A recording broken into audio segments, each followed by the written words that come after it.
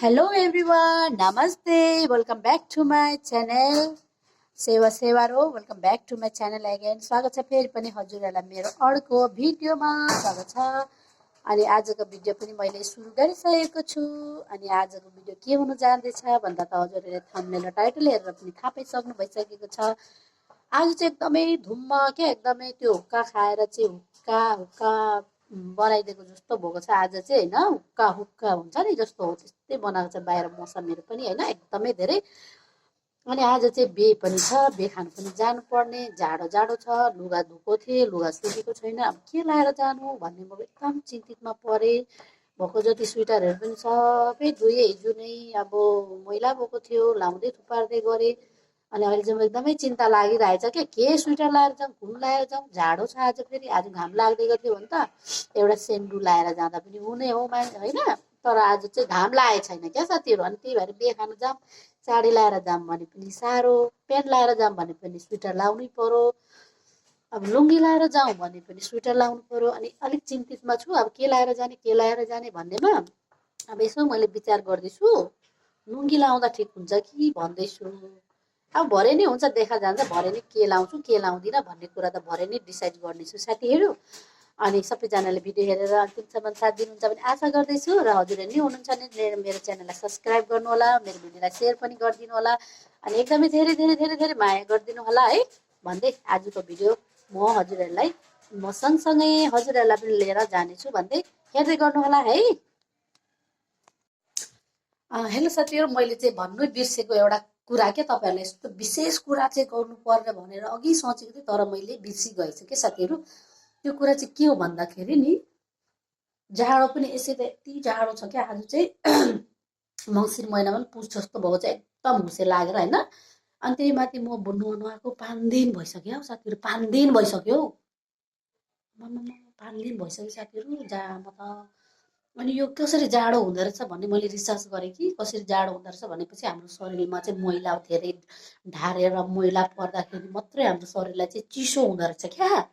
अनि मलाई हेर्नु त यहाँ टाउकोमा यसरी लगाएको छु, यहाँ स्वेटर लगाएको छु, लुङ्गी पनि बाँधिरहेको छु, त्यही कारणले पो रहेछ त साथीहरू। त्यही भएर जाडो भए पनि नुहाउनु चाहिँ पर्दो रहेछ। अनि त्यही भएर म चाहिँ आज नुहाउनु पर्यो साथीहरू। एकदम मजाले ढुङ्गाले मिची मिची नुहाउनु पर्यो। अनि कस्तो हुँदो रहेछ है, जाडो हुँदैन जस्तो लाग्यो क्या नुहाएपछि चाहिँ, किनभने मैलाले पनि जाडो हुँदो रहेछ क्या साथीहरू। अनि एउटा चाहिँ मलाई डर लागेको कुरा चाहिँ के छ भन्दाखेरि, मेरो छोरा चाहिँ हिजो हिँडेको घुम्नुलाई साथीहरूसँग होइन, घरमा पनि नभनिकन गएको छ। अनि उसको बाउ चाहिँ एकदम डेन्जर छ क्या, डेन्जर। अनि आजसम्म आइपुगेको छैन। अनि मलाई एकदम डर लागिरहेछ कुटै खान्छ भनेर होइन। अनि त्यहाँदेखिबाट अब हामीले पनि के भन्यौँ र आमा र मैले के भन्यौँ भने हामीले पनि कति साफी गाली खानुपर्ने हुन्छ। अनि त्यही भनेर छोराछोरीले किन नबुझेको होला, बाबुआमाले छोराछोरीको लागि बाबुआमा झगडा हुन्छ भनेर पहिल्यै पहिला हाम्रो आमाले भन्नुहुन्थ्यो, तर मैले पत्याउँदिनँ थियो किन झगडा हुन्छ, आमा बाउको चाहिँ के गर्नु झगडा हुन्छ र छोराछोरीले गर्दा भन्थ्यो, यही कारणले झगडा हुन्छ। अब कुट्छ, अब कुटेपछि नकुट्नु न, किन कुटेको भनेपछि हामीले पनि गाली खान्छौँ, झगडा हुन्छ। बहुत डर लागिरहेछ साथीहरू। अहिलेसम्म आइपुगेको छैन, कतिखेर आउँछ, 3 जना गएको छ। म चाहिँ एकदमै रातिबाट प्रार्थना गरिरहेको छु, भगवान् साथ देऊ, भगवान् केही नगरोस्, अब एकचोटिको लागि माफ गरिदियोस् भनेर एकदमै धेरै भगवान्लाई प्रार्थना गरिरहेको छु साथीहरू। अब के कसो हुन्छ भोलि तपाईँहरूलाई म अपडेट दिन्छु होइन। अनि त्यही हो, अब आज चाहिँ म नुहाउँछु मिची मिची होइन साथीहरू। अनि त्यही भनेर अनि अब बिहेमा पनि जानुपर्ने हुन्छ, बिहे खानुलाई है, त्यही भन्नुको लागि चाहिँ म तपाईँहरूलाई फेरि मैले भिडियो स्टार्ट गरेको क्या साथीहरू। अनि त्यही भनेर अब चाहिँ म एकदम धेरै मजाले नुहाउँछु, खाना सब्जी पनि पकाउँछु, नुहाउँछु। अनि फेरि हजुरहरूसँग बिहेमा जाँदाखेरि सँगसँगै हामी सबैजना सँगै जानुपर्छ बिहेमा है साथीहरू। हेर्दै गर्नु होला है।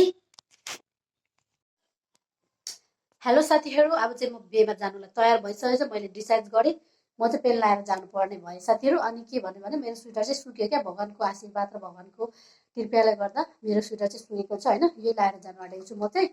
साडी फाडी यस्तो मैले नलाउने, किनकि अब छिटो आउनुपर्ने हुन्छ, त्यही भएर छिटो छिटो तयार भएँ। यस्तै लाएँ मैले चाहिँ, लुक्स यस्तो लगाएको छु।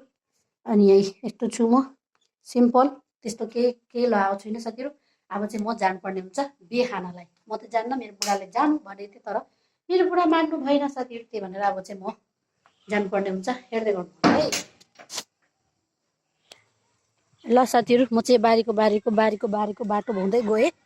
यहाँदेखिबाट चाहिँ खासै बिहे टाढो छैन, नजिकै बिहे हो नि त हाम्रो होइन, घरको छेउकै बिहे हो। चोकमा पर्छ त्यो चाहिँ हाम्रो चाहिँ अलिकति यता गाउँभित्र नै पर्ने हुन्छ अनि छेउमै छ त्यही भएर पनि त्यति साह्रो लुगासुगा लाएन अब चाहिँ वहीँ गएर भेट्ने छु है हजुरहरूलाई है बिहेमै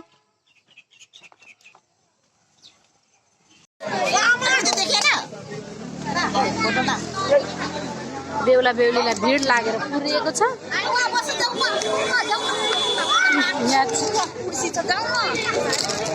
यस्तो भिड छ अभिजित जस्तो लाग्यो यो आरुषलाई त अभिजित जस्तो लाग्यो क्या यता चाहिँ लेख्ने कार्यक्रम चार्ज छैन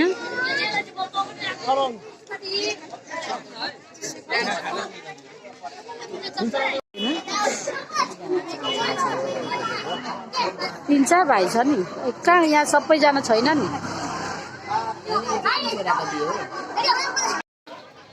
ल साथीहरू एकदमै भिड थियो बिहेमा चाहिँ होइन भित्र मान्छे भरेको भरै थियौँ अनि हामी चाहिँ पस्नु पाएको थिएनौँ अनि बल्ल बल्ल खाली भएर हामी चाहिँ भित्र पसेको छौँ अनि खानासाना पनि लिएर तयारी बनाइरहेको छौँ खानालाई होइन बल्ल बल्ल खाली भयो साथीहरू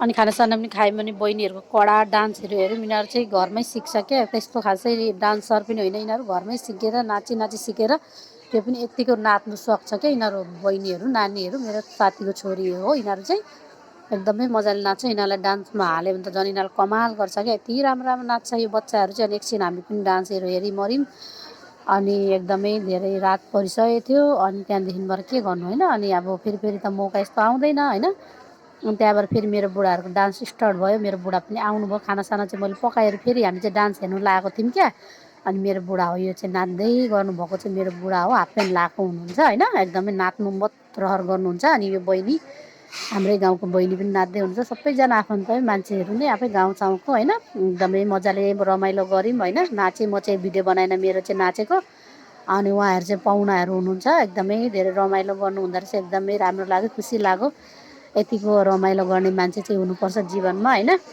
उहाँहरू चाहिँ पाहुना हो अनि एकदमै राम्रो नाच्यो म पनि धेरै नाचेँ तर मेरो चाहिँ मैले भिडियो आफै पनि बनाउनु मन लागेन बनाइन पनि मैले चाहिँ उहाँहरूको चाहिँ मैले भिडियो एकदमै मजाले बनाइदिएँ यस्तो राम्रो राम्रो गीत छ तर कपिराइट लाग्छ भनेर मैले चाहिँ साउन्ड चाहिँ बन्द गरेर अनि बन्द गरेर भोइस ओभर गरेको के साथीहरू किनभने ऊ त्यो कालो ज्याकेट लगाएको बेहुला हो कि कति राम्रो छ बेहुला पनि कलिलो सानो बेहुली पनि एकदमै राम्रो छ क्या अनि घर अब चाहिँ फर्केको हेलो साथीहरू यति राति भइसकेको छ घर आउँदा आउँदा होइन अनि बिहे खाएर चाहिँ अघि आएको पसलतिर बसेँ एकछिन है अनि त्यहाँदेखिबाट पसलतिर बसेँ अनि बुढा चाहिँ उहाँ पैसा लिनु जानुभएको थियो आज चाहिँ हाम्रो संस्थाको भत्ता दिँदैछ नि त अनि त्यहाँ जानुभएको थियो अनि आउनुभयो अनि म आएँ अनि अँधेरो भइसक्यो अनि उहाँ पनि गएँ फेरि होइन कुखुराको मासु लिनुलाई बुढाहरूलाई